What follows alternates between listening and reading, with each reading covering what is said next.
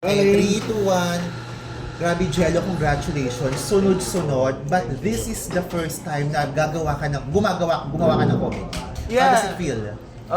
It was very nerve-wracking. Pero pangarap ko po matagal ko na minamanifest na makagawa ng isang full-on comedy. I mean, may nakagawa mga pelikula, may mga touches of it, may mga jokes, ganyan. Pero ito full-on comedy talaga. And nonetheless, directed by Victor Villanueva pa, who I'm a fan of. I remember being young, watching Patay na si Jesus alone in the theaters, and just being in love with his humor and his style. So, ngayon na nabigyan ng shot to be in a film of his, di ba, syempre commit tayo and trinabaho naman po namin. And enjoy. I feel like yun yung pinaka-importante sa comedy. Enjoy. Grabe daw yung chemistry at dynamics nyo nila Bables. Sino nagsabi? Rito. Grabe daw. Pag nagbibigay daw ng mga ad-libs si Bables, nababaliw daw kay ni Inigo. Kumusta ang working relationship with each other? Well, kami ni Inigo kasi matagal na rin kaming friends. We play badminton together, we hang out, ganyan. Pero first time ko rin naka-work si Inigo. And of course, si Christian Bables, na matagal ko na rin mas matagal ko pa kilala actually. But we never really had the chance to like hang out and be really friends until now. I respect them both as performers, as actors. And nakita ko yung spontaneity nila sa set, yung pagiging present nila, and yung pagiging quick thinking nila. Kasi I think yun yung hinihingi din sa amin dito sa pelikula na to, yung maliban sa pag-enjoy ay maging quick on your feet, be present, mag-react, and magbato ng offer kung ano mo maisip mo. And si Christian, number one yan sa amin. Parang walang take na hindi nagbibigay ng adlib si manggugulat ng adlib si Christian. So kami ni Inigo, na first time namin mag-comedy pareho, we felt like we needed to step up and sana nag-deliver. Maganda yung timing ng movie, Jello, kasi it's Pride Month. And alam naman namin na ikaw yung isang artista na may pinaglalaban sa lipunan. Sa tingin mo, anong mensahe ng Drugs to Riches sa community, sa LGBTQIA+ community this Pride Month? I think it's more empowering the community, seeing stories like this, seeing yourself and your community be represented on the screen. Nonetheless, in a movie that's gonna be distributed nationwide in SM Cinemas. Diba? Parang nakaka-empower yon for the LGBT community. And syempre, we tackle like filmmakers namin, yung writer namin, and the director namin are from the community. A lot of our artists and in the ensemble are from the community as well. So maganda yung representation sa pelikula na to, and yung kwento ay galing sa kanila. So nandito lang kami para, i-justify yon and isabuhay talaga yon. So, ano natutunan mo kay Christian Bables being magaling siyang komedyante, when it comes to comedy timing and all? I think yun, nabanggit niyo po na I think yun yung number one na natutunan ko kay Christian sa comedy is the timing, and also excuse me, yung wag matakot mag-offer. Kasi I think sa mga art films or mga drama, ganyan, syempre you want to stick to the script, you want to stick to the story, to respect your director. Pero with a comedy like this, si Direk Vic mismo yung magsasabi na, kayo bala, ano gusto yung gawin? Kasi Christian is like really, really quick on his feet. Ako, yun nga, I take pride in my preparation and all that. Pero the past couple of years, I've been trying to be more present in scenes and not overthink, over-prepare too much. Yun yung natutunan ko kay Christian, na just be present, makinig, and be quick on your feet. Tapos wag ka matakot magbato kung ano man yung kalokohang naisip mo. Baka mag-work, you never know, di ba? Sa stikahan namin kanina kay Christian, nagkabamig niya, nag-throwback siya yung experience niya sa paggawa ng Die Beautiful at sa ibang mga Panty Sisters, ang dami na nagawa ni Christian. Tapos may sasabi siya na nakikita niya na effective ka na Na comedy? bilang Barbs sa comedy. Na Barbs. Oo. Ano masasabi mo doon? Ako? As Barbs? Pwede ka rin mag-bar. As Barbs. Sabi mo. Well, may Martin pa, di ba, na nag-Barbs. Pero ako, I haven't had the chance to have a role na kailangan ng drag transformation. So I'm open to that actually. And titignan natin, naghanap tayo ng tamang project. Kasi parang for the last time I said it, I think it was like Mama O's podcast. Sinabi ko, I'm taking a break from taking queer roles muna. I think it's been 3 years since that I said that. And I have been taking a break from it. Also, every time may nag-offer kasi sa akin na queer roles, lagi kong sabihin na ibabato ko yung mga kakilala kong queer actors na sorry po, maybe you should get a real queer actor for this. Mga ganun na yung ginagawa ko eh. Pero ngayon, I'm open to it kasi it's been a while And I love the community so much. And it's pride, you know, and to work with the actors like Christian, Inigo, and everybody else, and especially Direk Vic, parang nakaka-inayang kung papalagpasin ko yung chance. So kung yung Barbs, may mangyaring ganun, bakit hindi? Di ba, Direk Julian na creation yun eh. So bakit ako hindi? And how does it feel going out of your comfort zone? Challenge yun. Kasi never ko pa nga po nagawa yun. And you know, I've done a couple queer roles na ibang-iba ng flavors each, pero hindi pa umabot dun sa level ng drag performer nga. So, hindi ko pa alam. I mean, hindi ko pa alam kung anong magiging timpla ko dun. Pero open ako and exciting yun kung mangyari po. Elijah, anong take Yes. away ng audience pag panood yung pelikula? Ano takeaway nila? Sana masaya lang. Ewan ko. Madami siya. Madaming themes na tinatakal aside from, you know, the community in itself. May konting hints of tackling homophobia and all that. So, sana in this world and in this time that we live in po, pag napanood nila yung pelikula, yung man-normalize lang, yung hindi sabihin na parang, ano to, parang tungkol sa mga bakla to, tungkol sa mga ganito to. Hindi, it's just a story about, you know, these three characters. It's a comedy movie na just so happens to be an LGBT film as well. And sana ma-empower yung community and at the same time ma-normalize sa mata ng hetero audiences, di ba? Pero siyempre iba yung pagtrabaho sa isang Jun Lana, iba yung pagtrabaho sa isang Victor Villanueva. Kasi iba yung genre nila. Sobrang iba. So how would you, paano yung adjustment na ginawa? Adjustment? Hindi ko alam yung ginawa kong adjustment kasi lahat ng mga tinatanong ko nga pong komedyante, nangingi ako ng tips, di ba? Anong tips? Sa comedy, first time ko mag-comedy, matagal ko nang pinapangarap to. Lahat sila, like most of them, ang number one na sinasabi lagi, don't overthink. And lagi akong tinatamaan doon kasi as an actor, you know, I really prepare, I really overthink every choice that I make. Pero dito sa comedy nga, huwag kang mag-overthink, be present, makinig ka sa actors mo, huwag kang matakot magbato. So yun siguro yung pinaka-adjustment.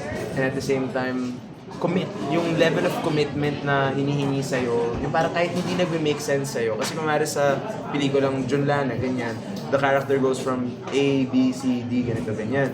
Dito sa mga pelikula like Drags to Riches, my character goes from A, magiging F, magiging Z. Parang ginagawa. Biglang sumayaw yung character ko. Like parang saan galing yun? Pero dahil nga comedy siya and at the same time, yun yung tone na gusto namin ipahatid. Commit lang. So, ibang level ng commitment yung hinihingi ng pelikula to. I swear po, pag napanood niyo yung mga eksena ko dito, sana matawa kayo or baka mapahiya lang ako, hindi ko alam. Elijah, after Things na ginagawa mo ngayon, may upcoming stage play. May rerun po kami ng About Us But Not About Us on October. I have an alternate this time around, so I'm doing less shows, I think. Pero Footprint and then About Us But Not About Us lang, and then the rest of the year puro films na po yung gagawin. Thank you. Elijah, after doing these Drags to Riches, ano lang yung naging realization mo sa mga drag queens? Well, matagal ko na rin pong na-realize to. Siguro na-confirm lang during the process of filming. Kasi may mga kaibigan din po akong drag artist, namely si Maxi, di ba? And Bombading and everybody. Nanonood din talaga ako minsan, yung kapag may birthday yung kaibigan sa O-Bar or sa Rampa, yung pupunta kasi makikita may mga performers. So, mataas na po talaga respeto ko kasi alam ko na ang hirap talaga. Ibang klaseng art form din siya. Ibang klaseng creativity yung hinihingi from these queens. Dahil sila mismo yung gumagawa nun eh. Sila yung nag-iisip ng concept nila, di ba? Minsan naglalagay pa sila ng political commentary, social commentary, or even personal. Pag nanood ka ng Drag Race or ng Drag Den or kung ano man, makikita yung proseso nila eh. So, ang lalim talaga na respeto ko sa namin. Pag makeup pa lang nila, ilang oras na. Si Christian, tanongin niya, sobrang tagal po nung makeup and ako nga, pag mini-makeup pa na ako, 30 minutes pa lang na sumasakit na puwet ko. So parang yung mga drag artists pa na yung iba, sila pa nag-makeup sa sarili nila. So ibang klaseng respect and I think we should view drag as an art form, as a legitimate art form. Sa palagay mo, kakayanin mo kung magiging drag queens ka? mahirap, pero sana kayanin. Naniniwala ako kaya naman hanggat, pipilitin and hanggat tatrabahuhin. Pero syempre nakakatakot yung preparation kasi, di ba, yung iba nagwa-wax talaga ng lahat, di ba? Correct. Sakit. Masakit yun, guys. And yung bigat ng suot nila, like, naalala ko nung shoot namin si Christian and yung iba namin drag queens, ang bibigat ng suot nila. Di ba? Ang bibigat ng mga kinakabit nila sa sarili nila. And yung makeup lang, nasa mukha lang nila yun, pero ang bigat din noon, tas may wig pa. So, ang init. So, sabi ko talaga, buti na lang talaga, ganito lang yung role namin. Hindi ko dito, hindi ko may kailangan mag-drag kasi ang hirap. Pero pag mabigyan pong opportunity, parang ready naman. May ba lang tayo, kamusta kayo ni Miles ngayon? Okay naman. Ano lang, sobrang busy sa trabaho ngayon eh. Ako parang I've been working every day. Ako kaya nahuli ako, galing ako MMA training, prepping for the next film. Tomorrow, I'm wrapping a different film. Makakatapos na kami ng isa pang film, which is also showing this year. So, puro trabaho, focus sa trabaho, pero okay po kami. Pero you have time to go out and bonding and gano'n. Paminsan, minsan nga sobrang busy nga po, nawawala, gano'n. Pero as much as possible, hanapan namin yung oras. Congrats kagabi sa Footprint. Nakanood po ba kayo? Yes. Thank you so much. Thank you so much. And ano yung nag-reception so far ng tao sa'yo? I don't know yet. We just opened yesterday. We had 2 shows. Afternoon, kaset namin si Christian, so magkasama din kami dun sa Virgin Lab Fest. But yung screening po namin last night, yung show namin last night, was very, very crucial to us. Kasi aside from the opening, dun manonood yung parents ko, yung family ko, and we don't know, yung brother ko nagsulat ng play, I'm just acting in it. Sabi ko, hindi ako yan, ikaw nagsulat yan. Pero syempre, kinakabahan kami sa how they will take it, sana okay sila, but generally, my family was very happy, and I think that's the opinion that matters the most to me. Na okay yung pamilya ko with what we're doing, and that they support it, and they found solace in it kahit pa paano. Did they cry a lot nung mapanood yung pelikula? Kasi it's very close to your heart. Yes. The topic itself. Iyak sila. Yeah. Iyak sila kahit mga pinsan ko, mga tita ko, mga fans. Especially, I think, as a play in itself, kung hindi mo kami kilala as a family, I think nakakaiyak na siya eh. So parang ibang level pa kung kakilala mo yung pinagdaanan namin and all. Syempre, a bunch of it is also like fictionalized, a bunch of it is truth. So, mix na po yung blurry na yung truth and fiction dun sa play. Pero at the same time, ramdam talaga yung punch and sincere kasi yung pagkakasulat ng kuya ko and everybody else is there with a purpose, especially me and my brother dahil nga para kay JM yung play. Thank you po. And nandun din si Miles kagabi rin. Yes. Kumusta yung support niya sa'yo sa pagte-theater mo? Yeah, always. And, malaking tulong niya sa pag-memorize lalo. Kasi kapag nag-memorize ako, easiest way to memorize for me, kaya ko mag-memorize yung isang script by 2 days kung may kabatuhan ako ng linya. And siya po yun. Siya yung kabatuhan ko ng linya. And sobrang supportive with siya. everything you juggle, everything na, hindi ba na-juggle din yung lines? Nasa-juggle na po. Nasa-juggle na. Honestly, hindi ko nakakilala kung sino ako minsan. Pero nilalaban lang, like I'm taking it day by day because I love what I do. And when you love what you do, everything comes second nature naman. Ano sabi niya sa performance mo kagabi? Siyempre heartfelt. Mas nandun siya sa... Siyempre kilala niya rin po yung kapatid ko and mas lalo niya lang na-miss yung kapatid ko. Ang sakit, sobrang personal nga daw. Yun. Nung pinag-portray mo ba yung character mo, may mga nanumbalik bang sakit sa'yo? Opo, lagi. Opo, rehearsals, every show. Nami-miss ko po si Jay. Nararamdaman ko yung presence niya every show. In fact, yung ibang costume ko doon, damit niya talaga yun. Ako, I wear this necklace, it has his ashes on it. So I feel like he's really guiding me, guiding the whole production, and giving us strength to push through. Kasi, di ba, yung parang may mga linya doon na gusto mo na lang iiyak talaga eh. Kasi kailangan mo mag-move on to the next scene. So, you have to stay professional and be that character and not really connect yourself to it. But has the family moved on from? Moving on is, I don't think it's the right term. I think we just move forward with it. We will never forget JM. We will never stop missing him. And we will never stop thinking about the regrets and the guilt and all that. Pero, you know, nandun, may stages of grief nga, di ba? And papunta kami dun sa acceptance kasi that's how you move forward with life. And syempre, make him proud through the foundation, yung organization namin na kulit, and help other adolescents in need. Mahirap ba? Naging mahirap ba on your part to do your role? Role? Oo, because Opo. it's your brother. Yes, of course. Sobrang hirap. Sobrang hirap nung sinabi ng kuya ko na nakapasa siya. Siyempre, sobrang proud kami. That was about last year. Hindi pa pinapabasa until like early this year. Kasi wino-workshop pa nila yung script eh. So, nung nabasa ko, sabi, ako talaga gagawa nito? Are you sure? Like, ikaw na lang. Ayaw ko nang gawin niya. Yung parang ang bigat. Tapos ang sakit. Pero he did some revisions and then sobrang hauntingly beautiful ng pagkakasulat niya as much as, you know, nandun yung pain ng grief and may light at the end of the tunnel eh, di ba? May hope din siya and naging totoo lang talaga yung play. So, ang laki ng respect ko kay Kuya doon and sabi ko may fairness talaga sa yung ganda ng sinulat ng script and sobrang beautiful kahit masakit, di ba? Yung, hindi siya yung sensitive yung pagkakatakal sa topics. And I think that's what matters most. Congrats nga pala kasi part ka rin ng yung poeta yung wise speak ka. Thank you po. Thank you. Naging feeling mo na yung wise speak na wala sa Yung sa isang net. May isang episode. may isang Isang episode. Well, you know, at the end of the day, we're just, yung naka-block time kami dun eh. Kasi Caritas na nagpo-produce sa amin, si Father Caluag, Father Tito. And ang ano naman talaga namin, it's a civics program, League for the Youth. And tackle real topics na nakalimutan.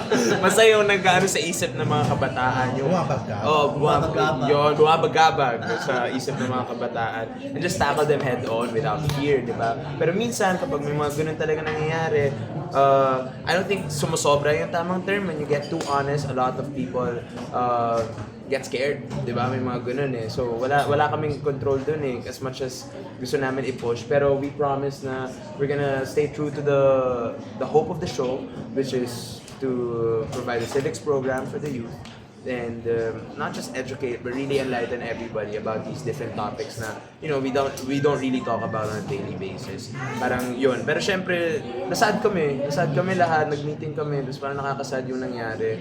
Pero parang kung magpapatigil kami doon, di ba, nanalo sila, hindi pwedeng ganoon. But kailangan magpatuloy lang kami sa ginagawa namin and wag kami tumigil. Maliban sa'yo, meron yung stage play si Christian, di ba? Yes. Napanood mo na. Napanood ko yung Takshapo. Wild. Si Mama Sweet nagsulat. Director si Sir Tox naman, na director ko sa About Us But Not About Us. So, si Ate Mosang naman is also a friend and sobrang idol yun eh. Sobrang husay nun mag-comedy lalo sa mga play. Pero, asaya. Sobrang deserve ng audience. Yun yung sinasabi ko sa audiences na deserve nyo yung manood ng Takshapo kasi after nung first 2 plays, lalo yung amin na, di ba, mapapabuhos ka talaga. Deserve ng audience yung pagpag ng Takshapo and just have fun and enjoy, laugh, di ba? And ang galing nila Christian. Kung magbabasag ka ng pinggan, magkakaroon ka ng person. Gusto ko nga mag-audience participation. Ako na lang. Gusto ko magbasag. Kung magbabasag ka, ano ang angst na ihahagis mo? Anong angst na ihagis ko? Tinanggal yung episode 3 ng Wise Speak. Yeah. Yan siguro. Power. Message sa mga, sa nangyayari sa ngayon, sa mga senado, sa Wala akong message sa kanila po eh. I mean, sila yan eh. And sabi ko nga, yung parang klima ng mundo ngayon medyo magulo, di ba? Lalo sa bansa natin. And it's really apt for us to look into ourselves sa panahon na magulo ang lahat. Tignan natin sa sarili natin. Nasaan ba posisyon natin? Ano bang gusto natin gawin? Di ba? Sino gusto natin tulungan? What do we want to stand up for? And sila, may sarili silang drama dyan. Let's focus on ourselves and how we can help this country and each other be better, di ba? Makaahon sa mga ganitong hirap. Gaano ka-important sa'yo na yung tao dapat politically aware din sila, involved sila, lalo na ang mga kabataan ngayon? Very much. Ako, lumaki nga po ako na politically inclined na talaga yung family namin and naturo sa akin lalo sa arts, sa pelikula, sa teatro, na may purpose tong craft natin. And parang may quote sa feminism, may quote na the personal is political. So being apolitical is also a political statement, di ba? Everything that we believe in is a political statement in itself. Pero hindi ko pinupolitika lahat ng bagay. Hindi naman yun yung point. No? Ang sinasabi ko lang ay importante yun dahil dito tayo sa mundo na ninirahan. Sa isang mundo lang tayo naninirahan, sa isang bansa tayo naninirahan, and we coexist with each other. And the politics that revolve around this country, they concern us as well. Sa pamumuhay natin, sa livelihood natin, sa mga mahal natin sa buhay. So dapat maging aware man lang tayo, di ba? At the very least, para alam natin kung saan tayo nakatayo, alam natin kung inaalipusta na ba tayo, kung niloloko na lang ba tayo, pinagsisinungalingan na lang ba tayo, kung natutulungan ba tayo, di ba? Kailangan natin alam yung mga bagay na ganyan. Kasi binabayaran natin sila eh. Di ba? Nagbabayad tayo ng buwis eh. Yung sweldo nila galing yan sa atin lahat eh. So, di ba dapat magkaroon tayo ng pake? Yun. Excited na din kami doon sa politika, relevant film mo na intro. Edjo. Ano ba nangyari na? Sorry po. Ano kasi kami, independently produced kami, yung Edjo.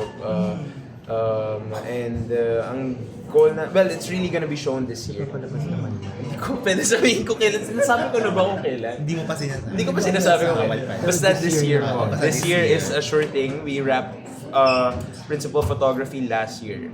I think that was September. So we wrapped everything na po. The edit is done. And we're just hoping na suportahan ng mga sambayan ng Pilipino. And hindi kami ma-censor. Yun yun, number one. Sana hindi kami ma-censor.